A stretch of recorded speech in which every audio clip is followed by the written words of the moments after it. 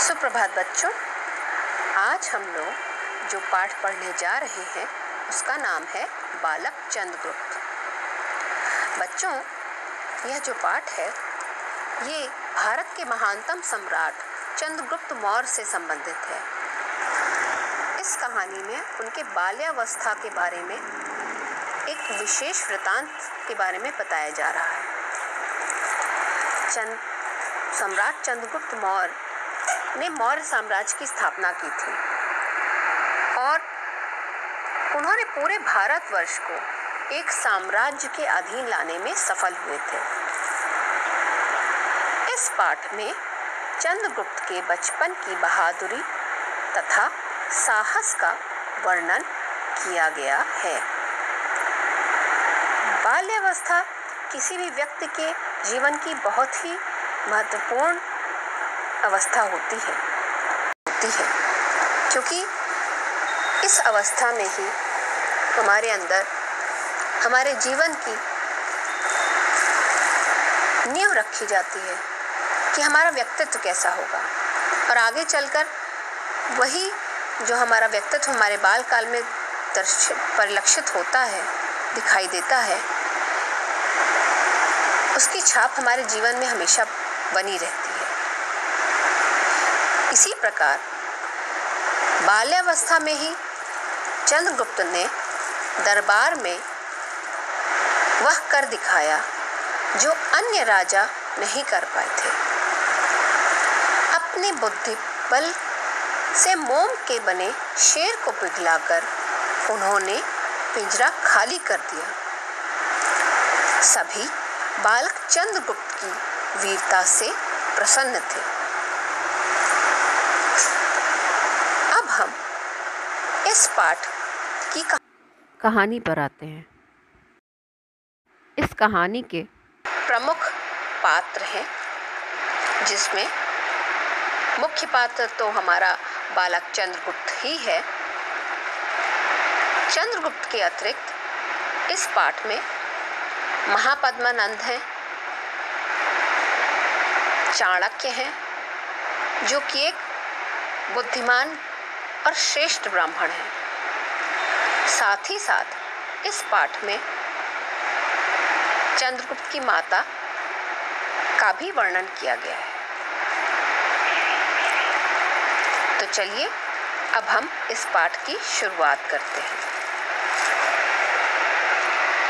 बात उन दिनों की है जब मगध, यह गौरवमय इतिहास, राजनीति और धार्मिकता का विश्व केंद्र बन गया था। मगध महाजनपद की सीमा उत्तर में गंगा से, दक्षिण में विंध्य पर्वत तक, पूर्व में चंपा से पश्चिम में सोन नदी तक विस्तृत थी। उस समय मगध पर महापद्मानंद का राज था। उन्होंने मौर्य सेनापति को बंदी बना लिया था। बंदी इस शब्द का अर्थ है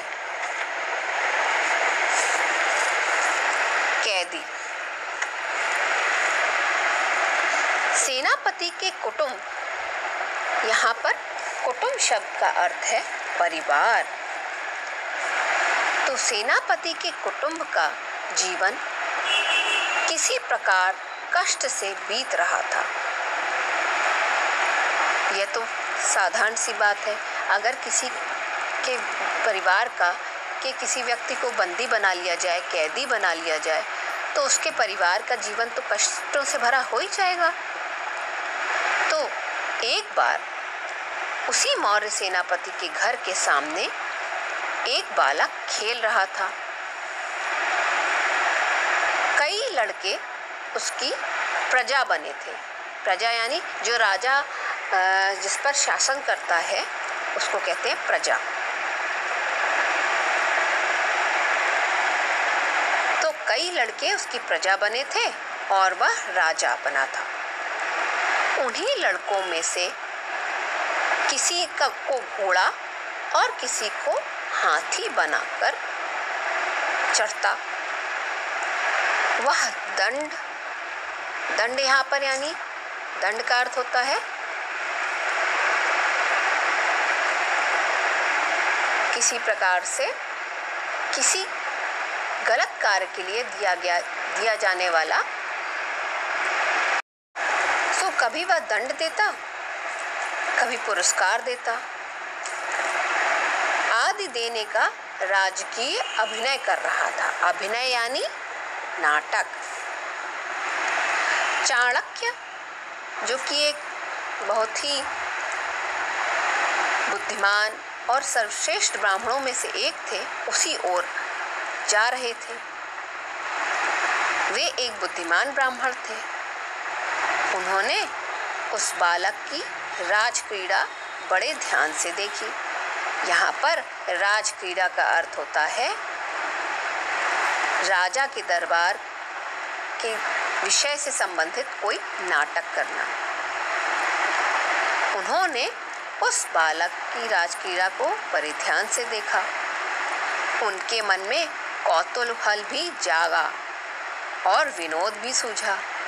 कौतूहल यानी जानने की जिज्ञासा और विनोद यानी बड़ा मजाक भी सूझा। ने बालक के पास जाकर याचना मतलब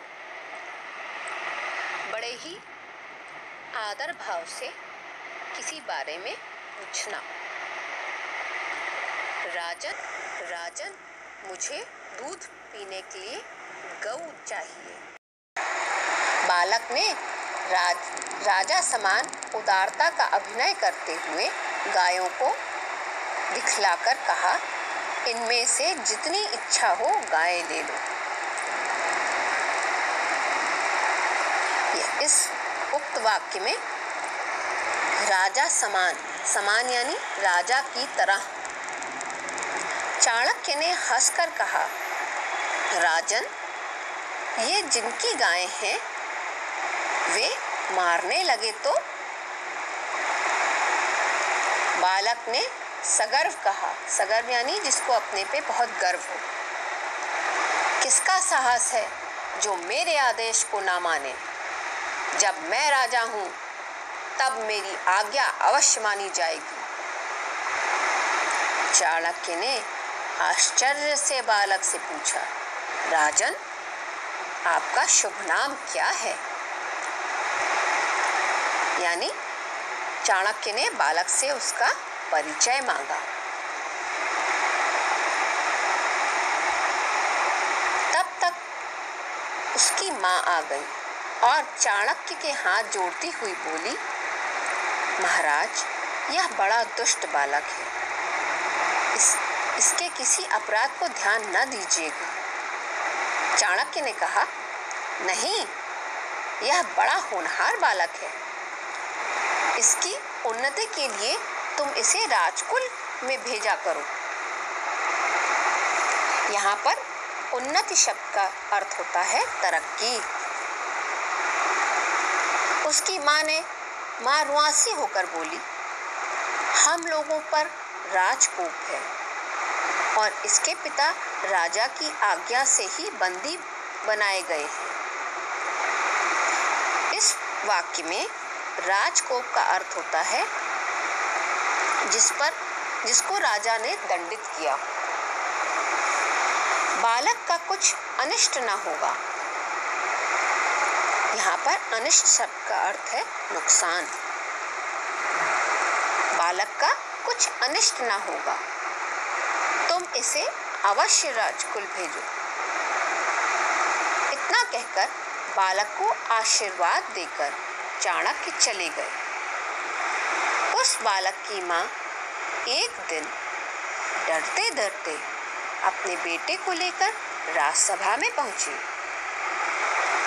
उसी समय किसी राजा ने राजसभा में एक लोहे के पिंजरे में मोम का सिंह बनाकर भेजा था और साथ ही साथ यह कहलवाया था कि पिंजरे को खोले बिना ही इसे खाली कर ले। उस जमाने में अर्थात उस समय में राजा लोग एक दूसरे के बल, बुद्धि आदि की परीक्षा लिया करते थे और इसके लिए वे तरह तरह के उपाय, यहाँ पे उपाय शब्द का अर्थ है तरीके, करते रहते, सोचा करते रहते थे। महापद्मानंद एक निष्ठुर और मूर्ख राजा था। यहाँ पर निष्ठुर शब्द का अर्थ होता है कठोर हृदय वाला। तो महापद्मानंद एक निष्ठुर और मूर्ख राजा था। उसकी राजसभा बड़े बड़े चापलूस मूर्खों से भरी रहती थी। चापलूस वो लोग होते हैं जो हमेशा आपकी हाँ में हाँ मिलाते हैं।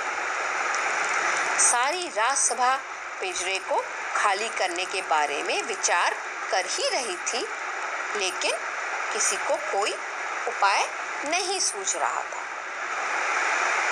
अपनी माता के साथ वह बालक यह लीला देख रहा था। वह भला कब मानने वाला था? उसने कहा, मैं खाली कर दूंगा। सब लोग हंस पड़े। बालक की ढिठाई भी कम न थी। राजा महापद्मानंद को भी आश्चर्य हुआ। उसने पूछा, यह कौन है? पता चला कि यह राजबंदी मौर्य सेनापति का लड़का है। फिर क्या था? नंद की निष्ठुरता की अग्नि में एक और आहुति पड़ गई। यहाँ पर इस वाक्य का अर्थ है कि मनन जो राजा है, एक तो वो कठोर हृदय वाला राजा है, और यह जानकर कि वह लड़का जो था, जो बालक था, वह मौर्य सेनापति जिसको महापद्मानंद ने बंदी बनाया था उसका बेटा है, तो ये जानकर तो वो और क्रोध में आ गया। यदि तू इसे खाली न कर सका तो तू भी इसी पिंजरे में बंद कर दिया जाएगा। अब उसने गुस्से में कहा सबके सामने, महापद्मानंद ने, कि अगर तुम इस पिंजरे को खाली नहीं कर पाए तो तुम्हें भी मैं इस पिंजरे में बंद कर दूंगा। उसकी माता ने सोचा, यह विपत्ति कहाँ से आ गई? विपत्ति का अर्थ होता है परेशानी, संकट। परंतु बालक निर्भीकता से आगे बढ़ा। यहाँ पर निर्भीकता का अर्थ होता है साहस, बिना डरे।